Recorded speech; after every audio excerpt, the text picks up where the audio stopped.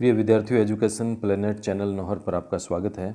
और आज के इस वीडियो में कक्षा 7 की राजनीति विज्ञान की पुस्तक का चैप्टर नंबर 7 हमारे आसपास के बाज़ार, इस चैप्टर के क्वेश्चन आंसर हम इस वीडियो में करेंगे।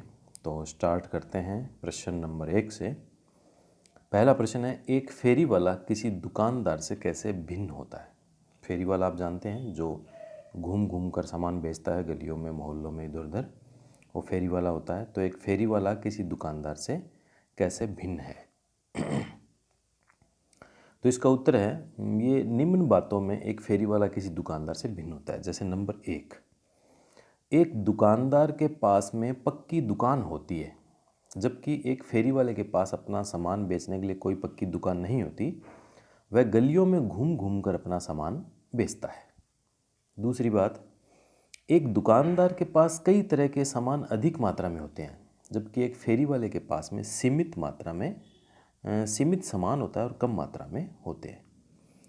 तीसरा इसका जो भिन्नता का कारण है वो है, दुकानदार को कई तरह के खर्चे होते हैं, जैसे उसको बिजली का बिल भरना पड़ता है, किराया भरना पड़ता है, लेकिन फेरी वाले को किसी भी तरह का बिल नहीं भरना पड़ता। और चौथी बात है, दुकानदार द्वारा बेची जाने वाली वस्तुएं फेरी वाले की तुलना में महंगी होती है, जबकि फेरी वाला सस्ता माल खरीद कर बेचता है।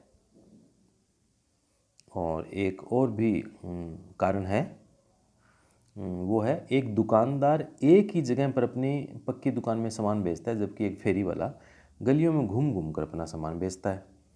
प्रश्न नंबर 2, निम्नलिखित तालिका के आधार पर एक साप्ताहिक बाजार और एक शॉपिंग कॉम्प्लेक्स की तुलना करते हुए उनका अंतर स्पष्ट कीजिए।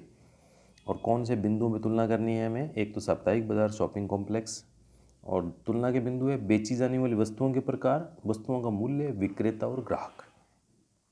चलिए,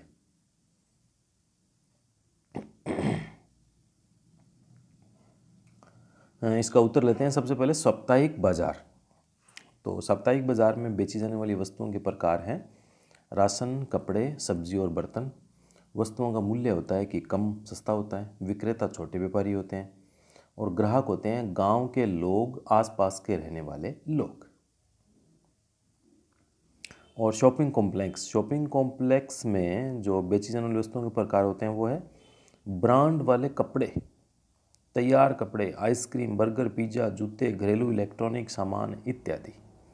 और मूल्य की दृष्टि से महंगा होता है।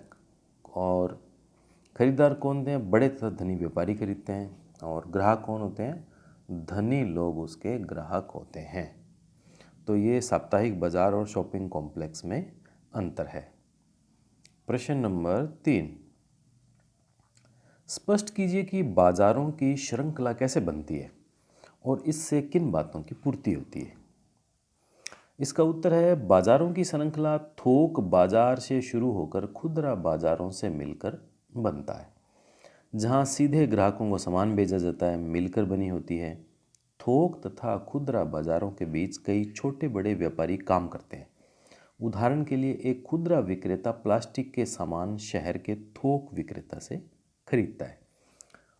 थोक विक्रेता वह होता है जो बड़ी मात्रा में इकट्ठा सामान बेचता है, और खुदरा विक्रेता जो खुला सामान बेचता है। कोई एक ले ले, दो ले ले, वो वस्तु दे देता है। चीनी आप 1 किलो ले लीजिए, 2 किलो ले लीजिए, वो दे देगा। लेकिन थोक व्यापारी है तो वो आपको वहाँ से चीनी का जो बड़ी पैकिंग होती है, 50 किलो है, 1 क्विंटल है, आपको उतनी लेनी पड़ती है।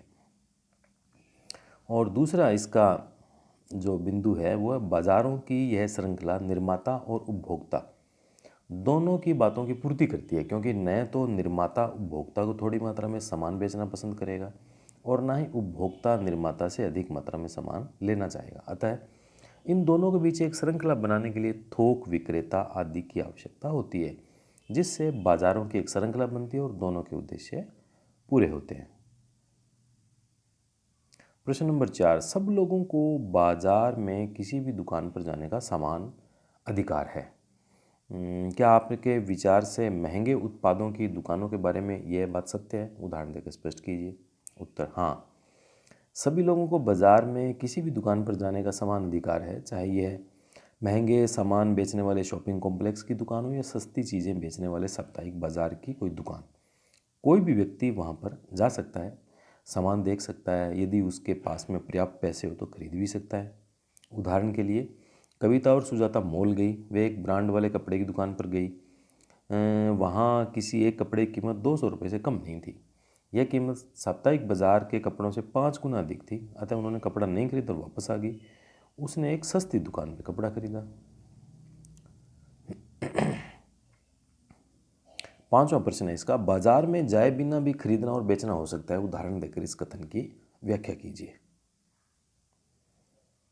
तो खरीदने और बेचने का जो काम है बाजार में जाए बिना भी हो सकता है। ये एक नया आजकल का एक ट्रेंड है। यह कथन वर्तमान बाजार व्यापार के परिदृश्य को देखते हुए बिल्कुल सही है।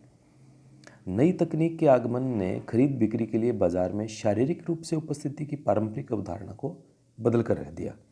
आज हमें बाजार जाकर सामान खरीदने की आवश्यकता नहीं है। कोई भी फ़ोन या इंटरनेट के माध्यम से किसी भी चीज़ का हम ऑर्डर दे सकते हैं। ये चीज़ें घर या निर्दिष्ट जगह पर पहुंचा दी जाती है। उदाहरण के लिए आपने डॉक्टर के यह सेल्स रिप्रेजेंटेटिव को ऑर्डर देने के लिए आते हुए देखा होगा। और अतः यह भी संभव है कि आप बाज़ार गए बिना सामान की खरीद बिक्री कर सकते हैं। तो इस प्रकार से ये पाठ 7 हमारे आसपास के बाज़ार, इसके पाठ्य पुस्तक के हमने प्रश्न पूरे किए हैं। मिलेंगे एक नए वीडियो के साथ में नेक्स्ट टाइम।